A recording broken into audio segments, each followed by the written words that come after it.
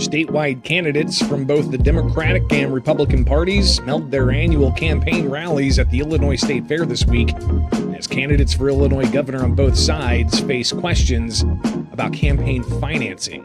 Welcome back to the States. I'm Greg Bishop. Now, campaign disclosures released this week revealed Governor J.B. Pritzker self-funded another $65 million for his campaign.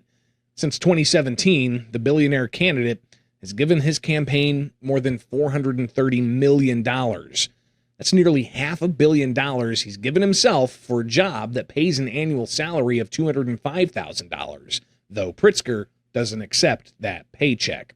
Now, the incumbent Democrats, as Sean Reed from the Center Square reports, defended his recent injections of cash into his campaign at an event at the state fairgrounds Wednesday.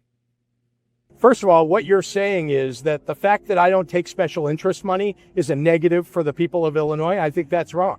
You don't want special interests buying politicians. Secondly, you're trying to say that being wealthy somehow disqualifies one from holding high office in our state or in this country.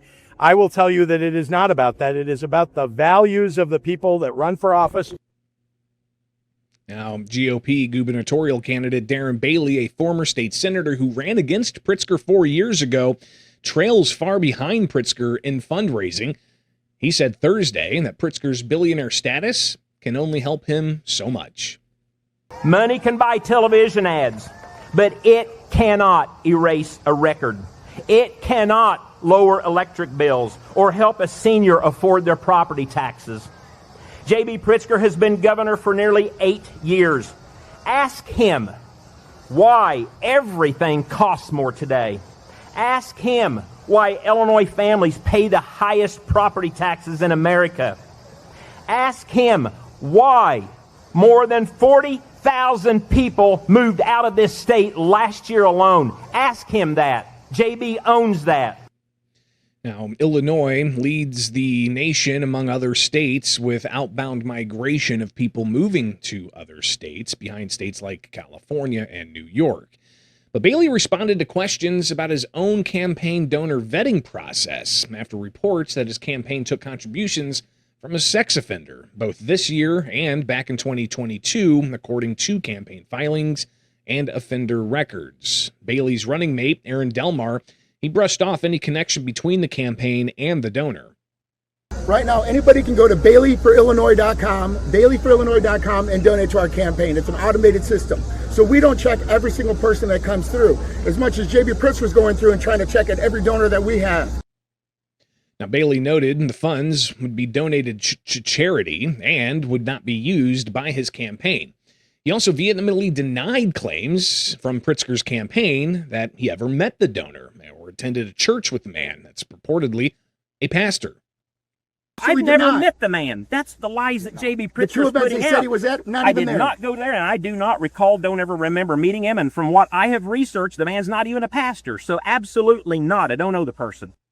Now, both parties noted that the general election was rapidly approaching, saying that there's still lots of time until voters make up their final decision.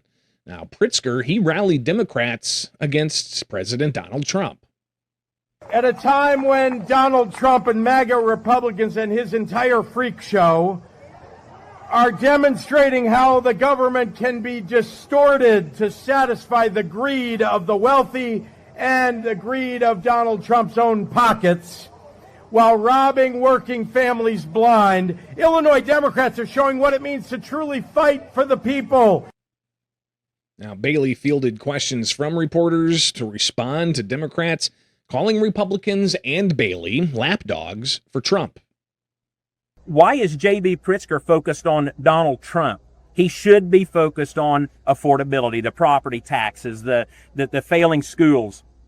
I think it all speaks for itself. And as for the website he created, you better believe I'm dangerous to J.B. Pritzker, and he knows it. Now, the election is November 3rd. Be sure to stay up with comprehensive coverage by getting the newsletter at thecentersquare.com. We'll be right back with more here from the States.